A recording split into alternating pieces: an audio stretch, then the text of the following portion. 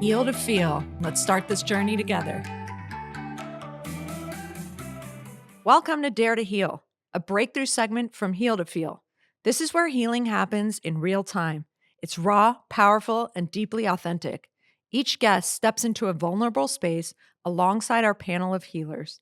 Together, they explore the stories, insights, and emotions that shape us and dare to transform right before your eyes. Today, Lamar Odom dares to heal. Hi, guys. Welcome back to Heal to Feel.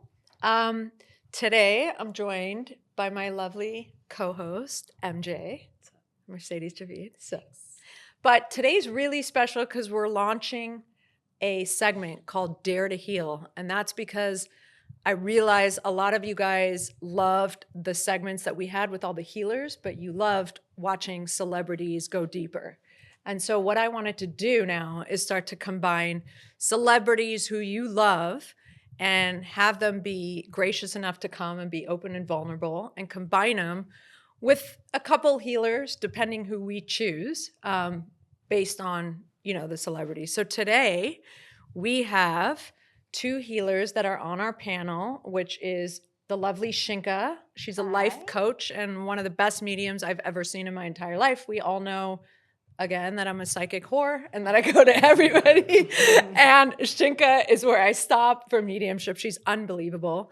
And Joe and I, we have Joe Tabbanella, incredible clinical hypnotherapist. He does NLP, neuro-linguistic programming. He's a practitioner and a trainer. Did I miss anything? You're good. Okay. Feedback. He's unbelievable. We went to hypnotherapy school. I've seen him do unbelievable things. I send a lot of people to him when they ask for hypnotherapy.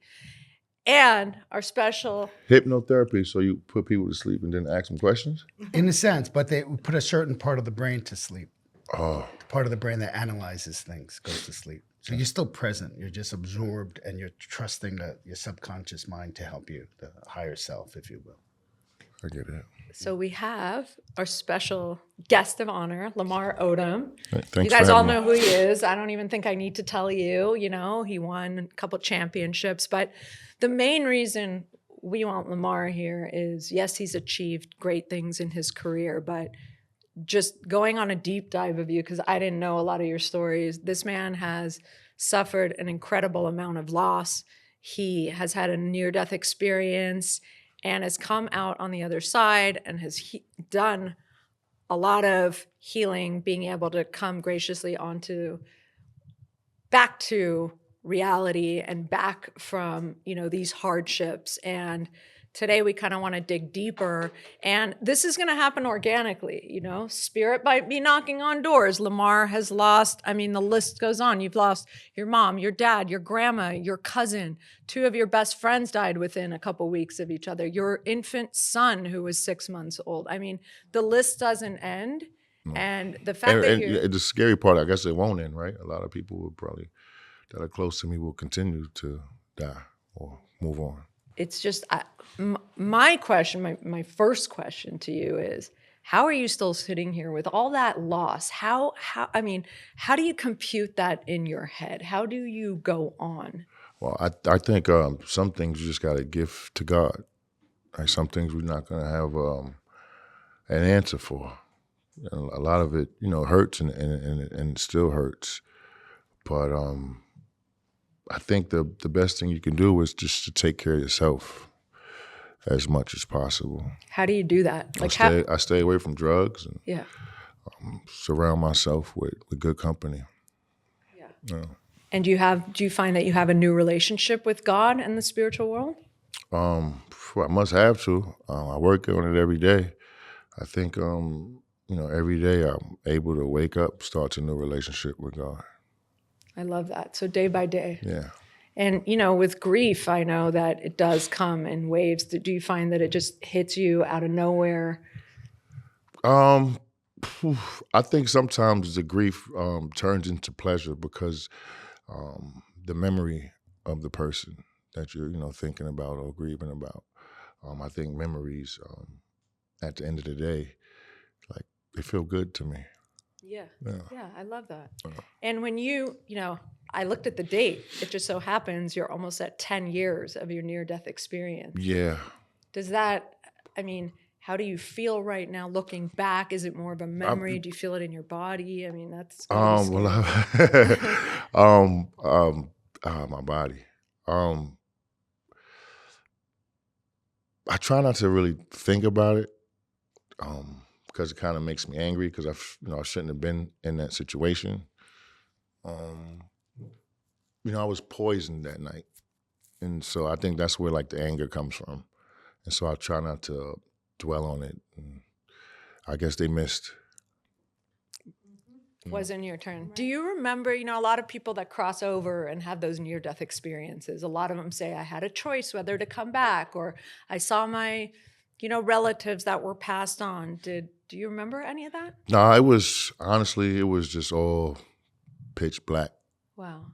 honestly. And I don't know if that's what death is like, but I hope it's a little bit more than that when we move on. I can definitely tell you it's not like that. Yeah. It's not like that. It wasn't your time. Mm-hmm. And I'm sorry. No, didn't mean to go. interrupt, This is where but, the magic happens. I'm just sad because you said a lot of things that I wish you hadn't, because I want to be pure. But now that she has said, I know that you've lost a lot of people. But outside, I was introducing myself to you. His father did come. Mm-hmm. His father did come, and he did tell me that there is a child that's lost, and his father, and with the help of his grandma, they're taking care of his child. He also told me that the child is a boy. My grandmother and my child, they passed away on the same day, but years apart. Wow. Yeah. Yeah, your grandma is the first one that took your child, but your father is also with your child. You'd said something that I like to emphasize a little bit about death experience. I want to tell you guys, I have been practicing for 36 years. I yet have a spirit tell me they're not happy there, they want to come back here. Yeah. And when it happens, when it is your time, they give you such a peace, because usually a loved one comes to embrace you and take you. Your father told me that it was his mother that did that for him, right?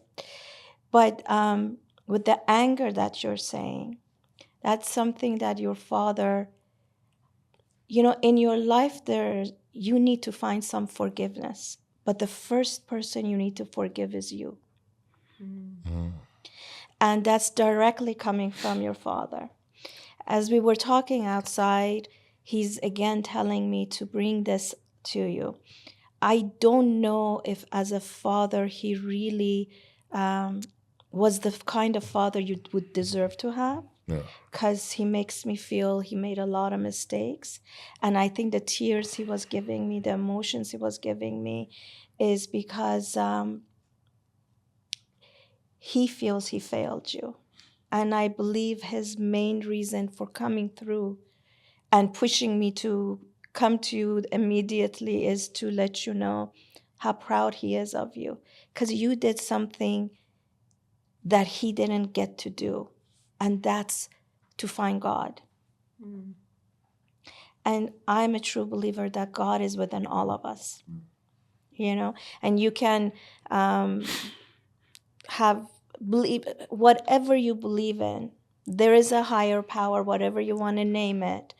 But to me, God equals hope. If we don't have hope, what do we have to strive forward to? Right? Mm-hmm. I really do think, MJ, you said today is a new beginning. I truly believe people meet each other for a reason. And even if it's not bad, but not a good energy in your life, they came to teach you something. And you are truly going through learning who you are. And every day, I hope you find a piece of you that will make you proud of yourself. Because the number one person you need to heal and forgive is yourself. But your father is asking for forgiveness. I feel, if I'm wrong, you correct me, there is a part of you that has forgiven him. but I feel his spirit needs to really feel that from you. And a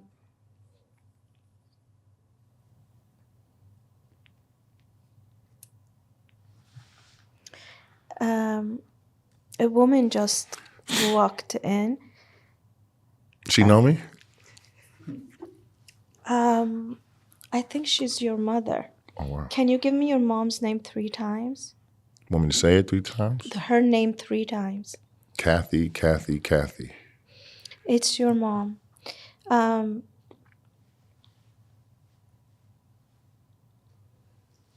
Sorry. She's getting emotional. Oh, Did your mom have some kind of heart issue? she had cancer. Because she keeps talking about here. Well, she passed away from, what's it? Colon cancer. I don't know why she's acknowledging something here.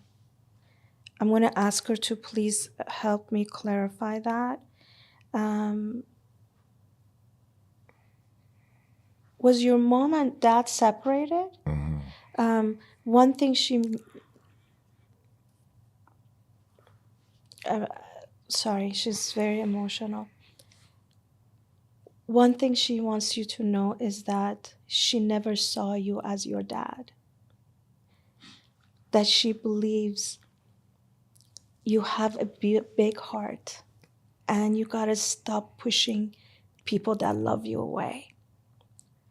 And she says you do that because you don't think you're worthy, but you are her son and you are worthy. She's very happy, by the way, for the connection.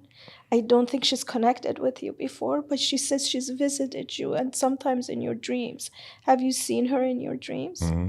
She says that's the way that she comes to you. She's very proud of you. You did something that she didn't think you... Were you in drugs? You have to apologize. I don't know worry, much. no problem. It's not that, like, I know you're famous. I don't follow, but I just No worry, don't no know problem. much. But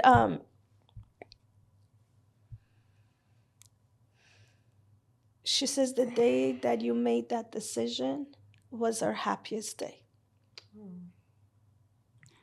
Is there a sibling that's lost? Mm-hmm.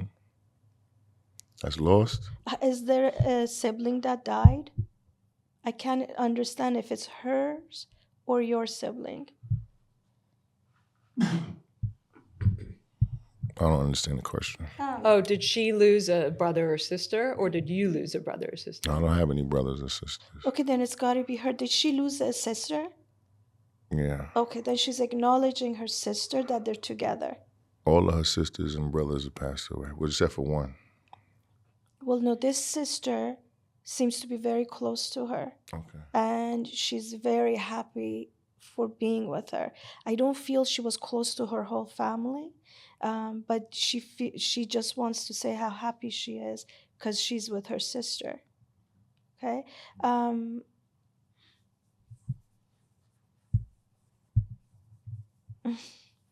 Your dad came again and he just... The way the dad came to me, he was dancing and he was making me dance to show him. And I didn't want to do it here to embarrass myself, but I did it over there. And he told me his dad loves dance, but your dad is actually happy because your mom is here. I can't say they're together in the other side, but they are together right now. Yeah. And again, he did that Fred Astaire kind of dance.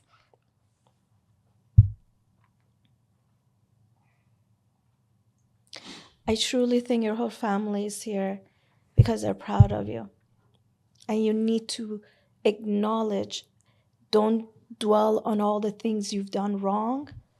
Acknowledge on what you have accomplished, because you happen to forget that and just stay more on the negative. They're saying, look at what you've accomplished. Do you have any questions for them?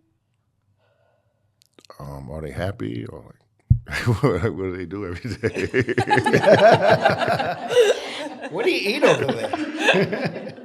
I have to tell you, your dad had a little struggle to get to the light, but he is in the light. I don't know his journey, but it's like they go through learning about themselves. Your mom is not like that. Your mom is in the light, Yeah. and she is with her loved ones. She specifically speaks of 3 loved ones that are with her. Wow. I have something to say to you. Is it okay if I say something to you? Okay.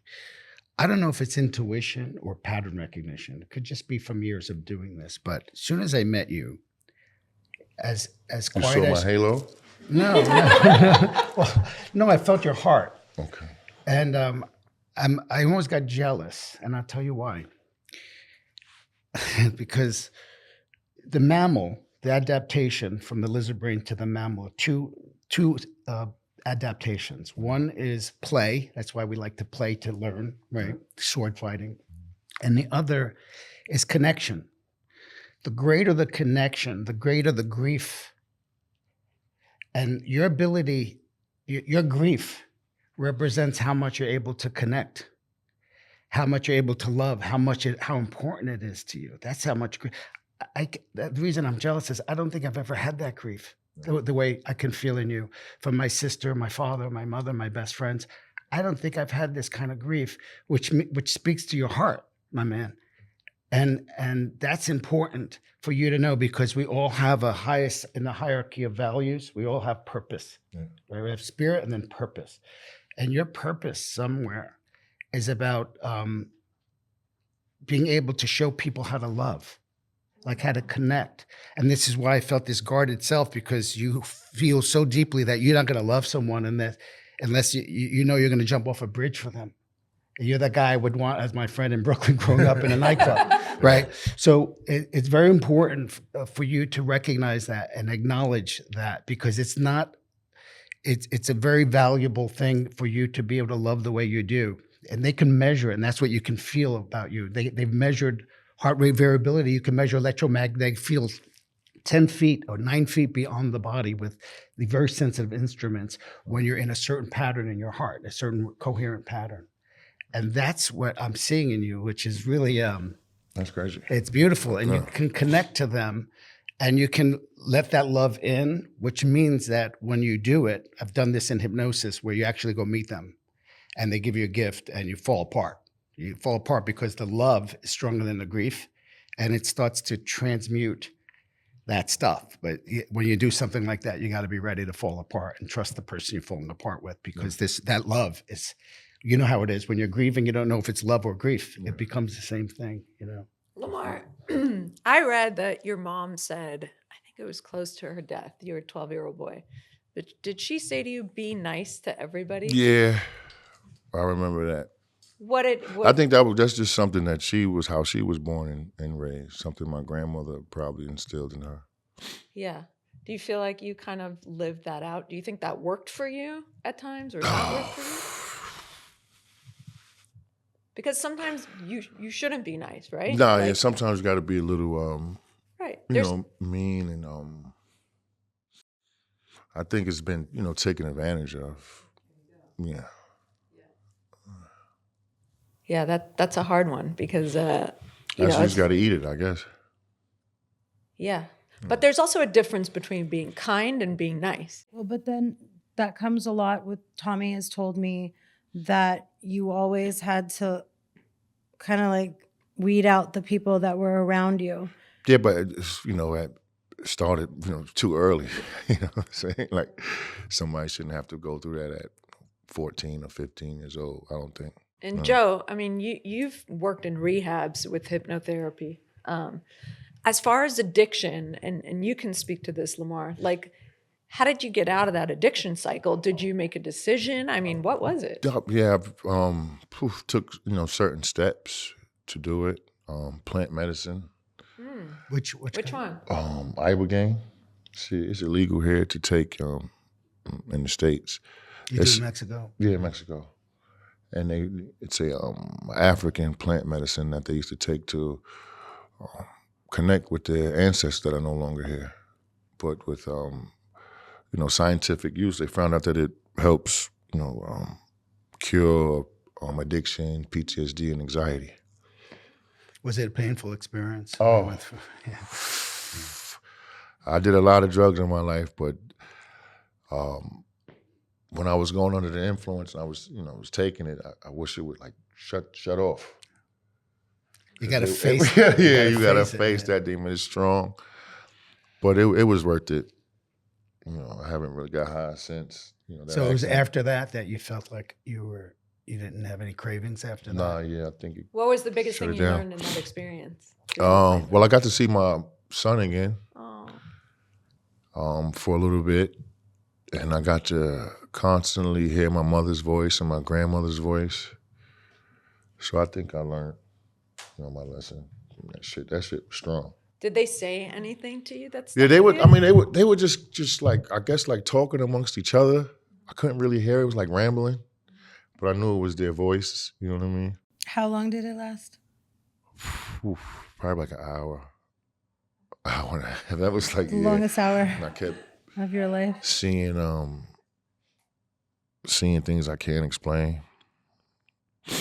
Yeah, it was dope. What do you mean by that?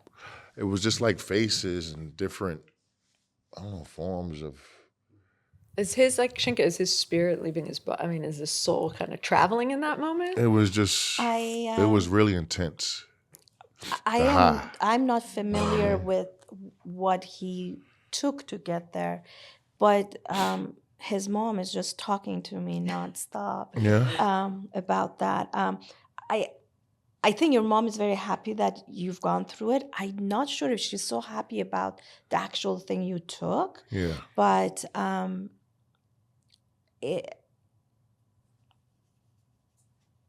she's telling me it's the love that they have for you. Mm-hmm. And with all the hardships that you've taken, I don't think you doubt that you were loved. Oh, no.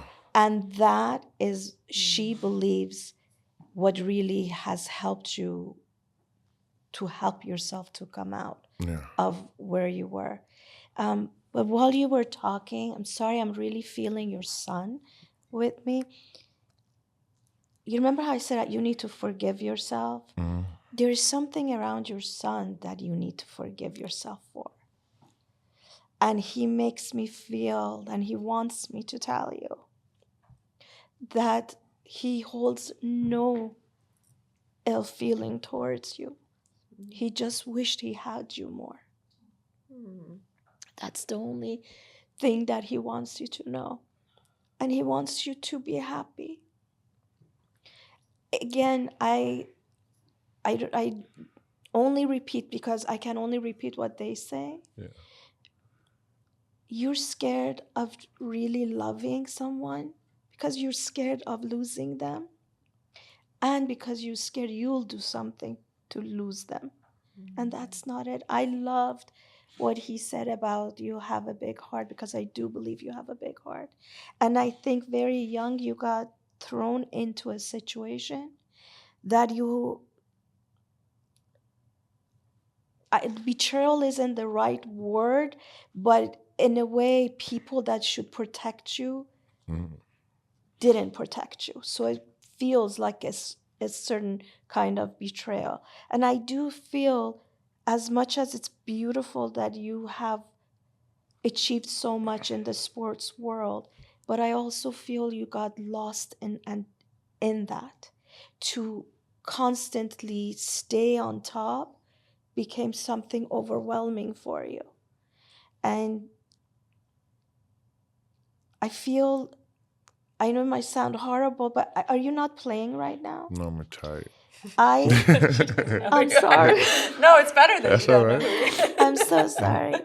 It's just I'm not into sports. That's it. You know, in high school they would never want me on their team. You know, they would say, you come to my team, you come. Never. I was the last one. I'm telling you. So that's what happened.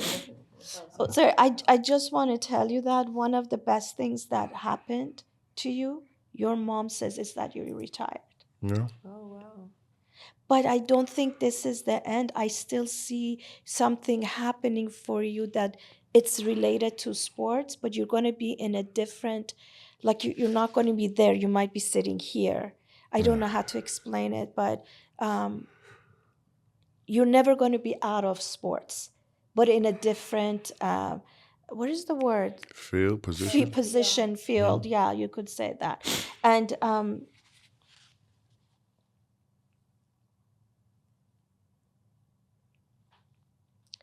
your son says you have other children. Yeah. Says through them, I live too. So embrace the time with the children you have. And they love you. Don't doubt that. Yeah.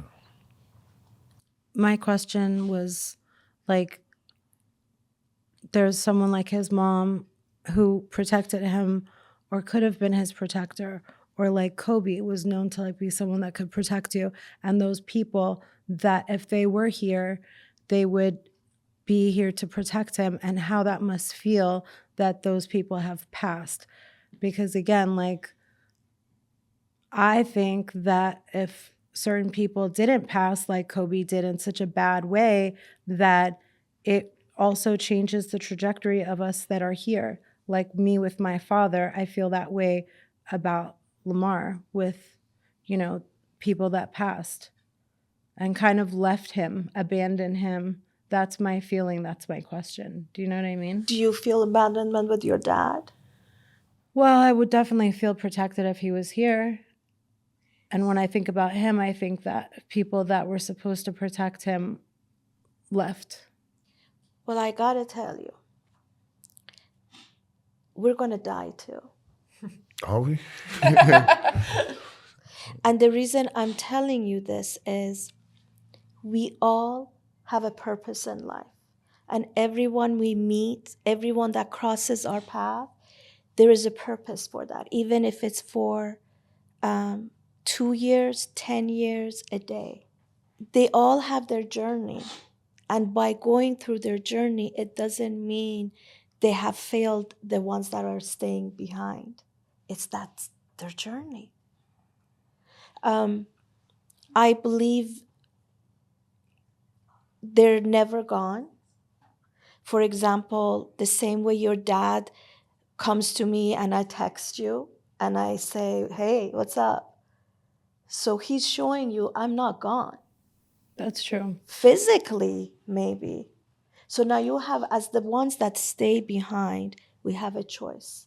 We can look at it as abandonment, or you can look at it as the most beautiful relationship that you have today, because I promise you, when they're alive, it's not as pure as it is today. For example, experiencing your father.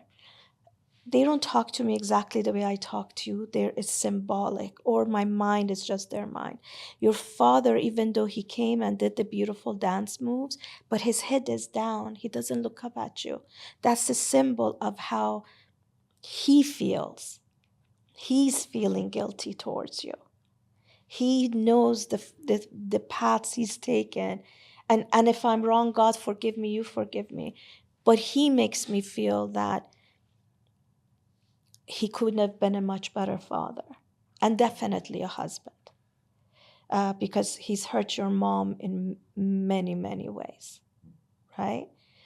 And the only thing I think your mom would love is if you pick the good things from your mom, pick the good things from your dad, and not follow the wrong way, wrong paths. And also when they've crossed over, they kind of get to see things, from what I've read, like in a godlike perspective, right? They do this, like, you almost watch the whole movie of your life, they say. I've done lots of like reading of these books, but they say you do a life review, right? So imagine you're watching your whole life on a screen, except you feel what it feels like to be in the other person's body that you hurt. So they really get to experience the pain. Oh my God, I caused this and this. So it's almost like when they come through on the other side, that's why I love mediums, because people really get that healing, because a lot of things were left unsaid, or people didn't act the way they should have. And, people carry that for the rest of their lives, thinking, what if, or did I, or didn't I? And when they come through a medium and can give you that closure, it's not going to bring them back. It's not going to take the pain away of having them here physically. But what I love is they'll come from like an angelic point of view and be like, oh my God, like I am so sorry. And sometimes hearing that alone can release a lot to be able to go on and live, right? I have video evidence. One of I'm very skeptical coming from New York. I believe in What part of New York everything. you from? Brooklyn, right? Okay. And I believe in everything, but I believe in nothing at the same time. And so I've had my experiences. I watched the International Association of Near-Death Studies. It's comprised of scientists, atheists that have left and came back, and they were like, no, this is real. And they use science to prove what they experienced was real. But I have someone I know, her father passed away, and I think they were in Arizona, and she said, I want a sign, Dad. I want a sign. So favorite bird flies and lands on the cross. She goes, and then thunder happens with no lightning. She says, no, I'm sorry, that's not a sign. Right. She goes, I want a sign that's so real, I don't care if it scares the shit out of me. And I saw the video. Mm-hmm. So she's sleeping. She gets something, wakes her up, and it says start recording. It was like 15 years ago, so it was on one of the older phones. And it was as clear as day. You know those sparklers at 4th of July, right? Right in the middle of the room, like Tinkerbell. It was as clear as day, just spinning around. Looked like it was writing cursive, so I'm trying to figure out, is it, maybe AI will figure out what it was writing. And it just kept going. It was there for a minute. And then she shut off the phone as it dimmed, and she said that wasn't the end of it. As soon as she shut off the phone, it became the size of a basketball. Wow. And then lit up, and that was the one that made me go, okay.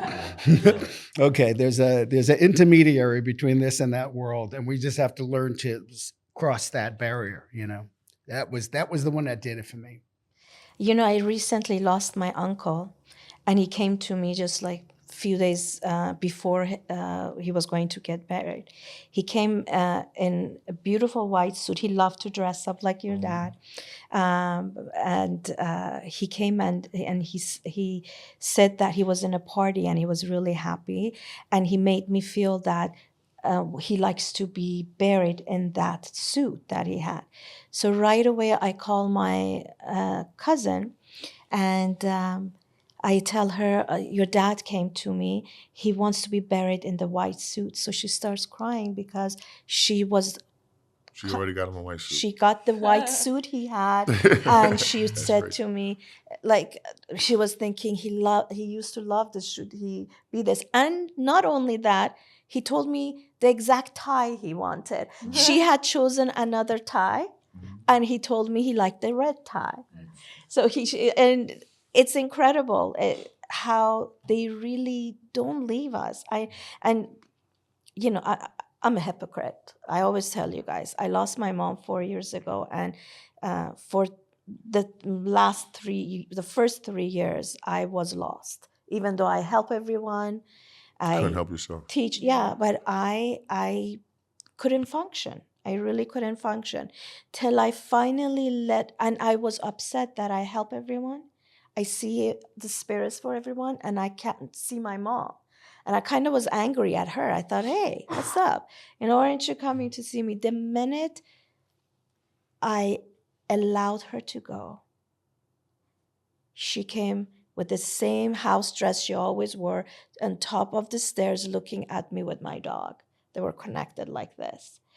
And I realized that I preach this, but I never really noticed. When you let them go, that's when they get powerful enough to be able to come and help you here. That's what they say. They all say, I can do so much more over here than I can do for you here, because there's no time and space. And I think it's really learning. Again, we've all had losses. My brother-in-law was out of nowhere also 5 years ago, but I've just learned, and it was shocking, but I've learned to have a different relationship with him, and he'll show me signs, and I'm like, oh, there he is. Like, I feel him all the time. It's really just,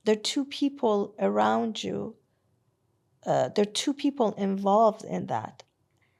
I don't think you, I don't know I think you're right. Someone tried to hurt you. Wow. What was their intention behind? Like, why? Do you know why? Going against the grain or I something? don't know. Not, That was like a mob hit. it was a mob. I don't know. That's just how I look at it. It's crazy. Let's ask Mom. From the people that were around you, is there a particular person that might wear a lot of chains on the neck? She's acknowledging someone with a lot of jewelry. Have they passed on, or are they? No, they're alive. The mom is telling me that someone was hurting her son, and I tell you, your mom, I think, is a direct reason you didn't die. Wow. Thank you, Mommy. Is there anyone you can think of? I don't think it's one. I believe there are two. But I think you have angered a few people. I've angered a few people. Yeah. But the only thing that's really, because the jewelry is like a shine in my eye, like wears a lot of chains or something. Is it a guy or a girl? Guy. Two guys. Huh. They're not dead. But the good thing is, I also don't feel they're around you right now. Yeah.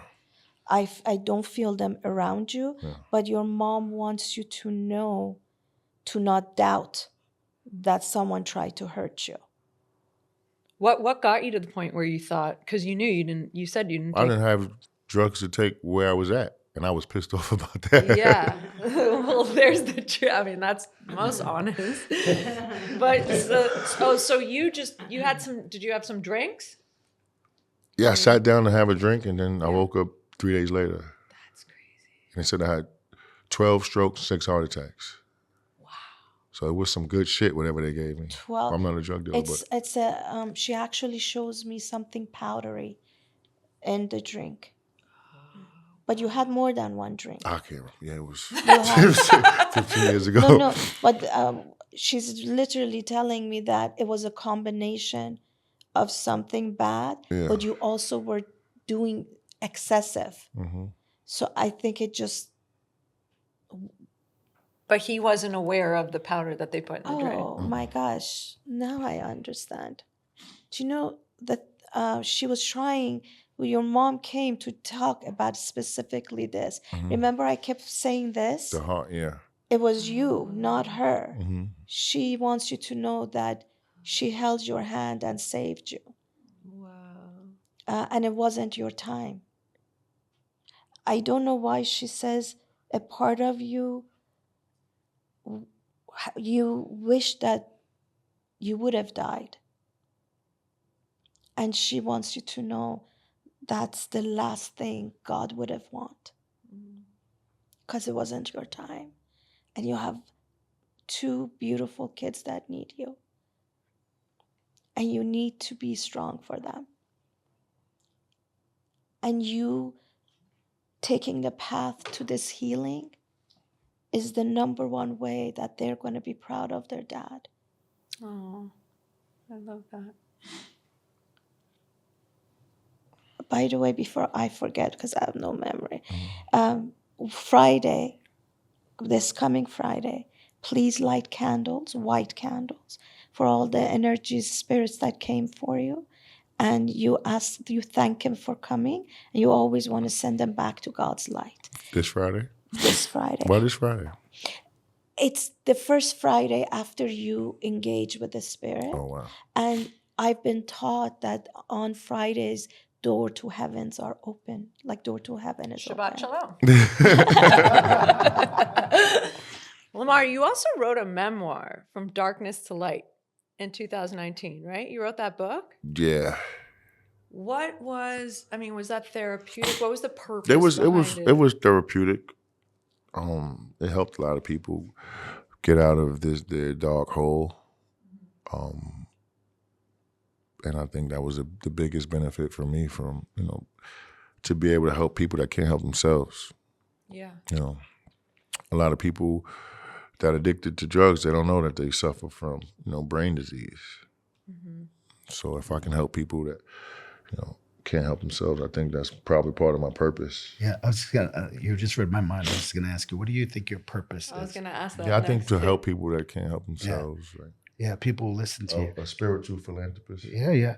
And you have an authenticity in you that makes it seem like you want to listen to you. Yeah. And you also have credibility. I mean, everything you've gone through, you're Yeah, not just preaching it. I lived it. That's it. Those are my heroes. I Yeah. work at a rehab, Yeah. and those are my heroes. Where rehab do you work? Milestones Ranch, Milestones. Malibu. It's in Malibu. And is part of the But, healing process to kind of be of service? Is that why they become, what do you call them? Well, the main thing is Sponsors. kind of what you went through. It's integrating and releasing deep emotional wounds, limiting beliefs, and then connecting and to your purpose as well. And it's really a social disease. It's not having the connections in life that you really need and the purpose in life. So it's like a spiritual disease to some extent. Sometimes it's just an addiction, and sometimes it's an emotional coping. Yeah. And what sounds like with you is a spiritual coping for your from what you said. You know. Well, and also a lot of people that have addiction problems, they're the kindest, biggest hearts, favorite people. biggest empaths. Like they're just favorite too people. sensitive. Like it's just a heightened sensitivity, and it's so painful that they have to numb it down. I mean, you said when I was reading when you were 12, when your mom passed, you would just play basketball all day and not come to, you're not Yeah. having drugs at 12, but like basketball essentially became your outlet, right? Yeah, it did. Anything we can do not to feel, and that's what our society a lot of the time teaches, right? Just go on, like get up, go on. But if we just sit with those feelings, and I remember Joe, you went through that. Joe sat with these feelings for, he said he cried out man, like 20 lifetimes. Yeah, I shook on the ground like my own Abigail thing, but with like surrender for 8 hours until it was gone. And when it was gone, a string of pearls got pulled out of my throat. Like I could actually see it. And the words "I'm a piece of shit" came flying out. And it was done. Like my terror, my anger, my rage was gone. And But we're all so afraid to be in that, even if it's for an hour. Just to feel that pain is just, we'll do anything to escape that pain. So today, Lamar, as far as your purpose, to help other people and do that, is there anything that you're actively doing right now that's following your purpose? And what does your life look like today, how you're living it? Well, I pray as much as possible. I meditate, even if it's, to myself. I'm trying to come out with a non-alcoholic spiritual brand to help my alcoholic brothers who can't seem to put it down. And I'm really looking forward to that. I love that you said spiritual brand, because you know how they call it like spirits, and they say like alcohol's almost demonic, it attracts that low vibrational or like spiritual. I love that. So this is, I guess, alcohol to help you keep your spirit. Wow. Yeah. Beautiful. I was love just that. thinking that because the world is changing.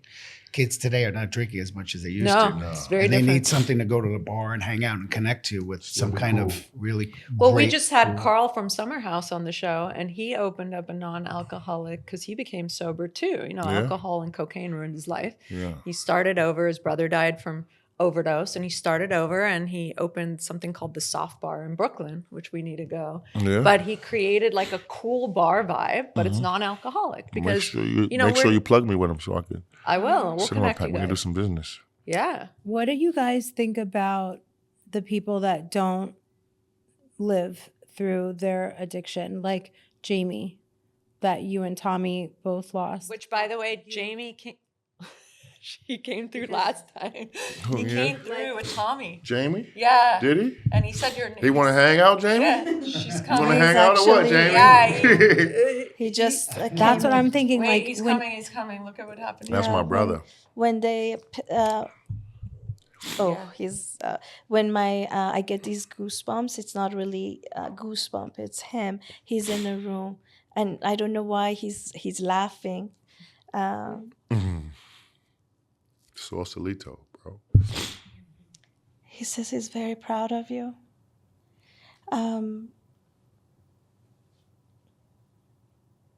He says that he's being honest. There was a time that he was really scared that you would be the one that would be gone, not him. But he loves you a lot, and he's very proud of you. But he says he misses those days that you were all together. He's throwing it at me. He goes, no, I don't want to come back. I like it here, as I said. But,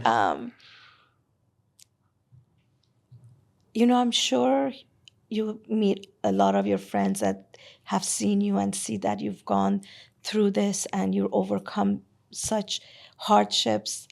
They can't tell you. But I promise you, the ones that are gone are all cheering for you. He's definitely, he says he was very lonely, and he's acknowledging Tommy? and is acknowledging you, that you were his family, and that he says, I'm doing good. By any chance, were you guys on a boat or something together? Because We wasn't on that type of ride, but if you want to call it that type of ride, I guess. No, he's like he's acknowledging a memory of some sort. He says the only things that I miss are only my time with you guys. He didn't have family. He His just had a mom. mother, that's it. Yeah, his mom. Yeah, he's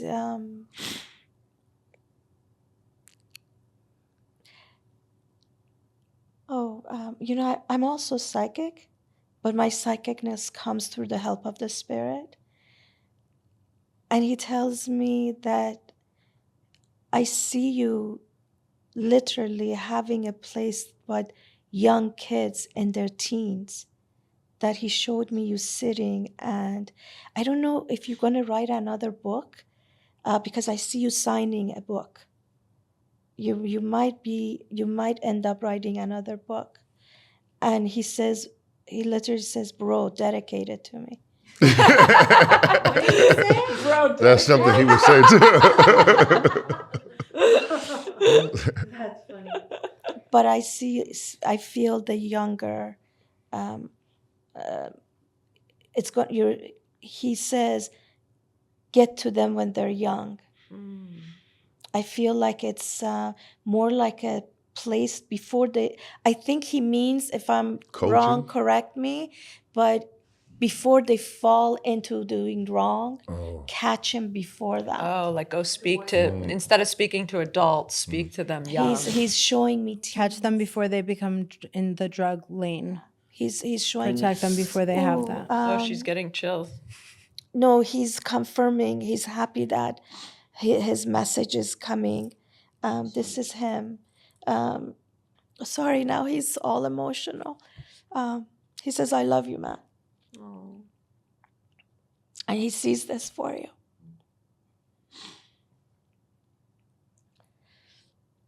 Another candle. Another candle? Add it. Are you in the program? Like the 12-step program? NA? All that other stuff? No, it's just doing your own way. Yeah. Just Do me you and have God. you have really good friends around you? Like Yeah. really solid people around you? How old are your kids now? 27 and 23. Yeah, they grown-ups. Yeah, they still kids though, but They don't have kids, right? no. Yet? Okay. Not yet. Okay. Well, we found his new other side purpose. I mean, that's not a bad avenue to think about. Go for them when they're young, because literally you'll have an adult sitting in the No, chair. but I know. I think that's kind of like a coaching thing. Basketball. Yeah. Yeah. Because you still speak to them when you coach them, you know? I mean, I know the game in and out.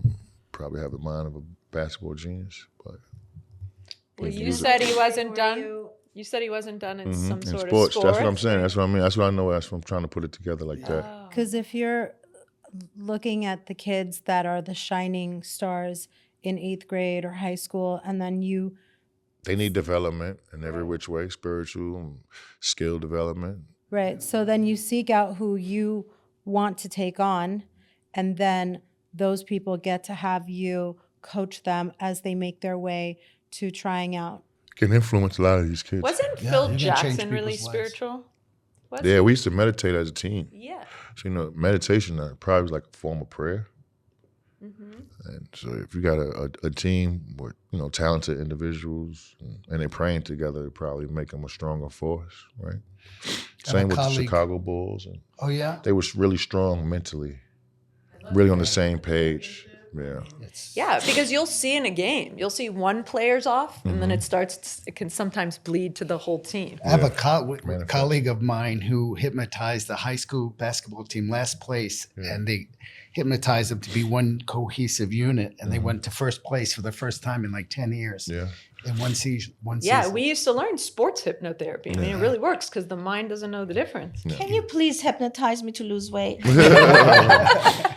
Can you actually do that? Make people Yeah, he not works want Yeah, I Wow. mean, someone's got to be really committed. There are 7 layers of problems, and you got to find out where the layer is. Sometimes it's this environment. Like I need a better environment. I can't be around drugs, for example, or I need a better workspace, right? And then above that, there's behavior. Like, do I put things back the way they should? How am I eating? What am I doing? Whatever the behavior is. Above that, it's skill. Sometimes it's not that problem. It's skill. I need to be a better public speaker and take class and get better at it, right? Above that is skill is a belief systems. Like, oh, I can't do it, or I don't have willpower, and above that is identity, which is the big one, which is like a belief system, but identity is conflict with our goals oftentimes. For example, if I'm a clumsy one, I really shouldn't be a basketball player or shouldn't be someone who wants to be a gymnast. I have to make sure I clean that up. If I love carbs, right, but I'm trying to lose weight, or if I don't have any willpower, and I'm trying to lose weight, then that identity will be in conflict with your goals. And then above that is purpose, right? And above that is spirit. Spirit is your connection to something bigger that can drive the purpose, that drives the identity, that drives the belief. So it's a hierarchy of antecedents. You get to the top and it starts to filter. But you did the fast version in an hour of processing all those emotions. I would never be able to do that. You I went would to not hell. have the courage to You take got to that. do it slowly. No, You I do was it just the same hoping thing a in slow magic way. would happen and he would make me fall asleep. Joe's kind of a magician. Well, doesn't somebody could. have all of those, right? Yes. They have all 8 of those. Yeah, it's like addiction. Sometimes it's just Of course it environment. is. Sometimes it's just behavior. Sometimes it's, but yeah, if you have all of that, if you're at the top, then you got to go right to the top, right to the core of why you do what you do. And everything is to avoid pain, seek pleasure. And the addiction cycle is to seek pleasure to avoid pain. That's when it's most painful in operant conditioning. It's like you feel like you're going to die if you don't do the thing. If you don't have the sex or buy that thing or do that drug or filling a void. work harder, right? Yeah. What's that? Yeah, I don't know. Gosh, I wish I was addicted to sex, not food. I think I was What was that? seeking pleasure to enjoy pleasure. Yeah, Was but like that's where I was at. you think that's what's happening. That's where the brain fools you. Think about it. What- You're on your way to a drug dealer's house, right? How do you feel? Pretty good, right? Yeah, start The getting. lights are off now. Oh, my stomach is gonna drop. There it is. So you're not aware, just like hunger, you're not aware you're in pain until the food's not there. Yeah. And so the dopamine that rises rewards you for searching for something that's going to get rid of the pain. You just don't know it until the deer is gone. And now you realize how hungry you are, or the drug dealer's not there, or the liquor store is closed. And that's the pain that you were processing that when you were in Mexico, that kind of like unresolved pain. Lamar, It's one day, anticipation. What's that? It's anticipation Yeah. Yes, it's dopaminergic. because I'm about to, and it's all the feelings are right there and what I'm about to because I'm Yes. already feeling the high because I know I'm on my way. Exactly. It's like Muhammad Ali said, the greatest thing in life is not sex, it's the anticipation of sex. It's the excitement. The dopamine is much more powerful than the low reward chemistry like oxytocin and serotonin and endogenous endorphins. That's what happens once you get the pleasure. But it's more of a survival mechanism. If you're hungry, you're looking for a deer, right? Or blueberries. And you get really excited when you see that deer. But if that deer disappears, you're in pain. How do you come to terms with the fact that what you're seeking out is going to be a cheap high that's going to just last, and then you want to stop that cycle? How do you fix that? I'm sure Lamar can Ask answer that him. question. Okay. Well, for me, it just comes down to risk and reward. Your reward is 15, minute high, 10-minute high, and then your risk is family, finance, your life. It's when those values, and that's what I mean about you before, right? Yeah. Those values, when they become stronger than the pain, you don't care. It's like I'll talk to someone who's trying to give up cigarettes, for example, and I'll say, it's really hard to give up cigarettes. Okay, your dog is right here. You're craving a cigarette. Go ahead. Wow. And they'll Then look you're at like, me and I go, don't want wow, it. okay, is that easy? They didn't bring that value into the discomfort. I see. That value is higher than the discomfort. It's what makes a person take a hill and a Marine take a hill, and give their life because their highest value is whatever their country or whatever their values are. That's in this it? case, That's how easy it is? Yeah. In this case, what saved your life is your love for family and your sense of connection, which is like I said, it makes me think about my own life. So you inspired me just meeting you, because I think, I lost my twin sister, my parents, my best friend, and I don't know if I've grieved as hard as I can feel you grieved. Yeah. Which But that's means the that way you you can protected connect. yourself. Yeah, I protect myself from. So yeah, every time that I want to do something that's not good for me, then I just have to say, because I do have a dog and I do smoke cigarettes, as a matter of fact. Well, here, And yeah. We all have here's a way vices. to do that. Yeah. And every night I look forward, and this is a little bit of a guilty thing. For your one cigarette every night? Every night I look forward to my kid's bedtime because I know I'm going to go upstairs and I'm going to light my Capri. And I named cigarettes a different name. I named it Capri because cigarettes are dirty. So I rebranded, and it's Capri because it's cute. It's like in Italy, it's an island. People save all their lives to go there. So I'm like, and then I'm like, bitch, at the end of the day, will you want to die soon for your one kid that you have who needs you and So Yeah. what do? You There's just a think couple of your things you can dog? do. One thing you could do to create the value system, like you were just saying, is actually see on the cigarette, this is the one that gives you cancer, right? That would be more an aversion, right? But what you can do to reward yourself is every time you go to smoke, you can do a reward system that's saying, like, let's see if I can go 5 more minutes, and you self-regulate for 5 minutes, and then you smoke. Next time, 10 minutes. So you're getting a reward for being uncomfortable rather than getting a reward by releasing the discomfort. And because you're a toughie, right? So you like to challenge yourself. That would be a fun challenge for you. Just go 1 minute. Say, I want a cigarette now. I'm still going to have it. I'm just going to go 1 minute. And then I'm going to just wait a minute. I'm going to still have it. Yeah, and then But the he's next saying time slowly it's 2 increase minutes it. and 3 minutes, because what you're doing is learning to be comfortably uncomfortable. The whole core of all addiction is the inability to be comfortably uncomfortable until the system drops, right? Like what Lamar did was it doesn't get any worse than that as far as getting uncomfortable and facing your demons. But if you can do it slowly, there's another way of doing it. Your body's going to tell you eventually that you're going to be okay without it. Yeah, eventually, because if you go 3 hours and you're getting reward, wow, I went 3 hours, you start getting dopamine hits to not smoke rather than getting dopamine hits because you smoke. And you start getting more comfortable with the reward, the discomfort of waiting. There are many ways to What do about it. last night I didn't smoke. Good for me. Yeah, there you But go. tonight I am. Okay. So when you're about to tonight, do the same thing. I mean, there's many ways. You could do a 3-hour session of hypnosis with smoking, but you got to be wanting to stop. What I wanted to ask Lamar, this final question is, when you're gone one day, what do you want to be remembered for? Wow, good question. Yeah. Like what's your soul legacy? an honest giver. Ooh, I love that. Yeah, because, when you're addicted to drugs, you tend to lie a lot. And so, hopefully, the way I'm living now and, years to come, I can help erase that thought of that person and how he was living every day. I love that. That's why you came back. Mm-hmm. That's why you came I back. have to tell you something.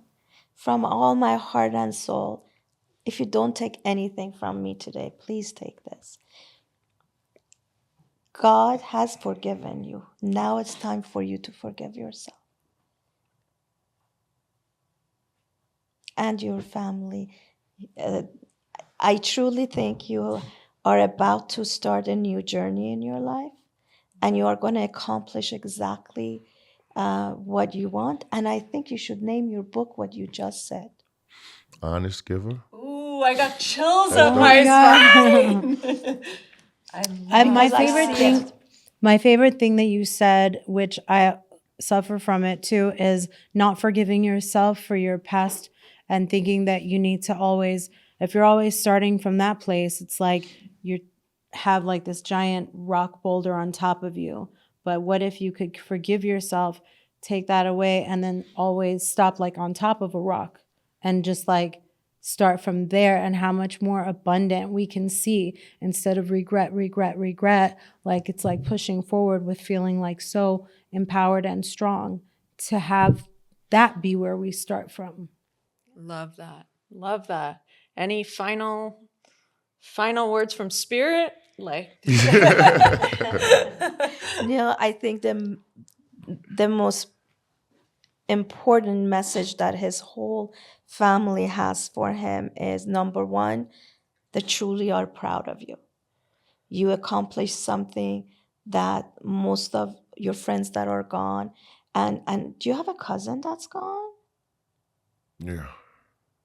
Okay, because was your cousin in drugs too? No. There's some kind of there's a gentleman who's passed that feels like family, but he was also into drugs, and he's saying he literally came.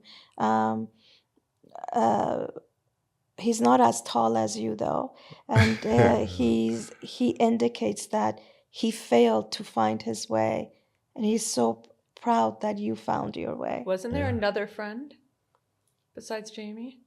Oh, yeah. His name was Bobby Hayward. Oh, Oh, oh God. Yeah. Bobby Hayward? Yeah. Oh. he's in the room. It's not letting me go. I promise you, one day you're going to remember me, and you're going to hold your head so high because you're going to stand truly feeling fulfilled and proud of yourself, because you're going to help a lot of people. I think that's, you did not die because you have a mission. And your mission is to give back. And you're going to help a lot of people. Love that. Love that. Thank you so much for Thank you. coming Well, and thank being you. open and bold. Just Yeah. this alone, you're going to help so many people. So thank you. And Thank you for having Shinka. me. Thank you, Thank Joe. you for having Thank me. you, Spirit. Thank you. Thank Love you. you. Thank you, MJ. Love you. Love you guys. We'll see you next time Take care. on Heal to Feel. Thank you for tuning in and listening to this week's episode of Heal to Feel. You can write in and ask your questions on our show's IG page at H2F Pod, and we'll address your questions on next week's episode. If this episode helped you, we would love for you to share it with your friends and family. Share the fun with all those that can benefit from a good laugh or cry with us. Please rate and review the show on Apple Podcasts and Spotify, and we would greatly appreciate you.